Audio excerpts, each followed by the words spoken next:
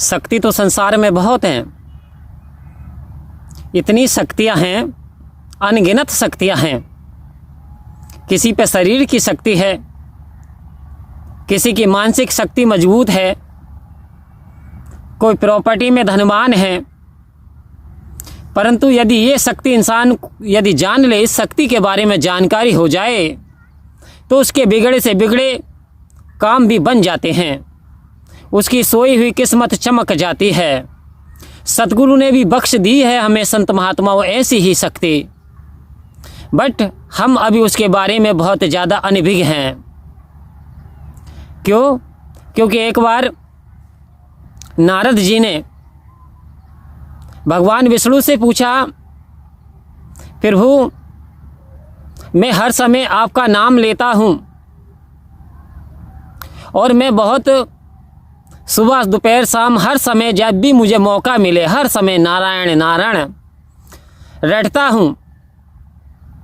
तो ये बात बताओ प्रभु, इस समय संसार में सबसे बड़ा भक्त आपका कौन है?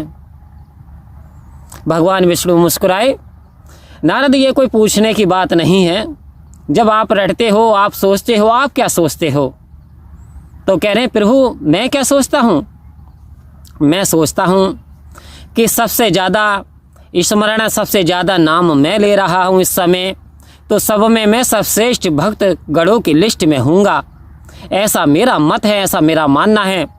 लेकिन मैं पुष्टि करना चाहता हूँ, मैं आपकी राय लेना चाहता हूँ, क्या आपकी राय में भी मेरा नंबर भक्त स्थान पे, प्रथम स्थान पे है या नहीं? भगवान मुस्कुरा रहे हैं, कह रहे हैं जो श्रद्धा भाव से नाम लेते हैं, जो समर्पण भाव से नाम लेते हैं नारद, वो मुझे प्रिय होते हैं, आप भी मुझे प्रिय हैं। लेकिन नारद कह रहे हैं स्पष्ट बताओ प्रभु, क्या मेरा स्थान सर्वोपरि है या नहीं है? क्योंकि नारद जी को अपनी भक्ति पे अहंकार आ गया, क्योंकि ज़्यादा नाम लेते थे तो कह रहे अहंकार आ गया। अब यानी भक्ति तो कर रहे हैं लेकिन बीच में अहंकार की दीवार आ गई और कह रहे तीन काल है सत्य तू मिथ्या है संसार, अनंत अंतर्यामी है परमात्मा, प्राणों की जानते हैं। मुस्कुरा रहे हैं कि नारद जी को अहंकार हो गया। तब भगवान विष्णु ने कहा, नारद जी भक्ति तो आप खूब करते हो, भक्त तो हो, परंतु नंबर स्थान वन पे नहीं हो। बोले कौन? कौन है नंबर एक स्थान पे? तो कहते फला देश का जो राजा है मकर ध्वज, मोर ध्वज नाम का राजा जो है, मोर ध्वज नाम का राजा नंबर स्थान पे है। नारद कहते हैं अच्छा मैं भी जानूँ वो कैसे? नारद जी एक बार छुप करके और पूरे उनके दिन के क्रियाकलाप को नारद जी ने देखा।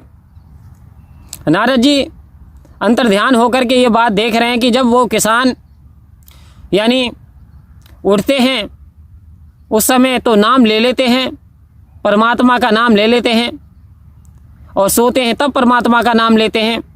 राजपाट करने जा रहे हैं, सिंहासन पे बैठे हैं तो परमात्मा का नाम ले रहे हैं। यानी हर काम करने से पहले परमात्मा का स्मरण, परमात्मा को याद कर लेते थे। नारद जी ने कहा ये तो कोई बड़ी बात नहीं है, ये तो कार्य करने से पहले ले लेते हैं, बट मेरे तरह तो नहीं रट पाते जितना मैं रट रहा हूँ। नारद जी वापस आप चले गए भगवान विष्णु के पास में और भगवान से कहा प्रभु जितना मैं नाम जाप करता हूँ इतना तो वो नहीं करते। अच्छा तो परीक्षा लेना चाहते हो? बोले जी हाँ। अब भगवान विष्णु और नारद और तीन और अपने साथ में लेकर के यानी 5 सदस्य होकर के साधु का वेश धारण करके और चल देते हैं। जैसे अपने दरबार पे संतों का आगमन देखा, चरणों में गिर गए, हाथ जोड़कर नतमस्तक प्रणाम किया और कहा आइए बड़े भाग्य हमारे जो साधु दर हमारे पधारे। मन बड़े प्रफुल्लित हो गया, खुशी के मारे आनंद ना रहा। पत्नी से कहा खाना बनाओ, लेकिन साधुओं की वाणी सुन करके मोर ध्वज भी एक बार को तो चक्कर में पड़ गए, चक्कर खा गए। जब भगवान विष्णु ने कहा, जो शिरोमणि संत थे उन्होंने कहा सबसे पहले हमारा शेर, क्योंकि साथ में शेर को भी लेकर के गए, शेर हमारा भोजन करेगा, उसके उपरांत ही हम भोजन कर पाएंगे। तो उन्होंने कुछ मांस मंगवाया, कह रहे नहीं बासी मांस नहीं खाता और किसी जीव का मांस नहीं खाता, जीव जंतु का, ये तो इंसान का ताज़ा मांस खाता है। अब यहाँ नारद जी भी इस दृश्य को देख रहे हैं, क्या ये कर पाएगा या नहीं कर पाएगा। आज तो परीक्षा हो जानी है। उन्होंने अपने बेटे से कहा, पत्नी से कहा, लेकिन शर्त एक ये रख दी कि यदि आप किसी मनुष्य का इसे ताज़ा मांस दोगे तब ये खाएगा। तो उन्होंने अपनी पत्नी से कहा, हमारा बेटा है, क्यों ना हम इसी का मांस काट करके शेर के आगे डाले देते हैं। बेटे से पूछा, बेटा भी इतना आज्ञाकारी? कहते संत दर पे आए हैं और ऐसे भूखे चले जाएंगे, कोई बात नहीं, संत शरण में मुझे बलिदान कर दीजिए। एक तरफ रानी एक तरफ राजा आरा चला रहा है बेटे पे, लेकिन शर्त यह है कि एक के भी आंसू ना निकले, दोनों में से एक भी आंसू ना गिर पाएँ। आखिर अपने राजा रानी ने अपने बेटे को यानी मोर ध्वज ने मकर ध्वज को काट दिया है, काट करके शेर के आगे डाल दिया गया है। अब खाना बन चुका है और खाना जैसे परसा गया सभी को, तो कह रहे हैं अब 5 थाली नहीं 6 थाली लगाओ। कह रहे हैं क्यों प्रभु, मजाक क्यों करते हो, 5 तो हो आप। कह रहे 6 आपका बेटा भी खाएगा, पुत्र भी। कह रहे वो तो पहले ही शेर को डाल दिया गया है, अब कहाँ बचा।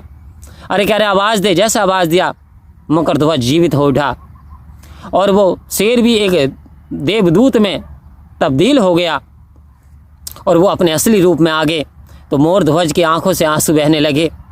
कह रहे प्रभु ये आगे को कलियुग में कोई परीक्षा नहीं दे पाएगा, ये तो ये समय जो मैंने परीक्षा दे दी, आप आगे से मैं इतना बर मांगता हूँ कि किसी की ऐसी परीक्षा मत लेना जो अपने बेटे पे यारी चलानी पड़े। ये देख करके भगवान कृतार्थ हो गए कि बोले दूसरे के भला की कामना इनके मन के अंदर है। नारद से देखा, नारद मुनि से कहा, देखा नारद, ये मेरा भक्त सर्वश्रेष्ठ है, क्योंकि मेरे लिए क्या अर्पण करने के लिए तैयार नहीं रहता। तो आओ संत महात्माओं, सिमरन में ना कोई बाउंडेशन है ना कोई बंधन है, बट यदि हम ज़्यादा सिमरन करते हैं तब ये भी प्रभु की कृपा है, क्योंकि करन करावन हार तो सब कुछ तेरे पास, अंग संग तुझको देख के दास करे अरदास, तू राजा अधिराज है मैं दासों का दास।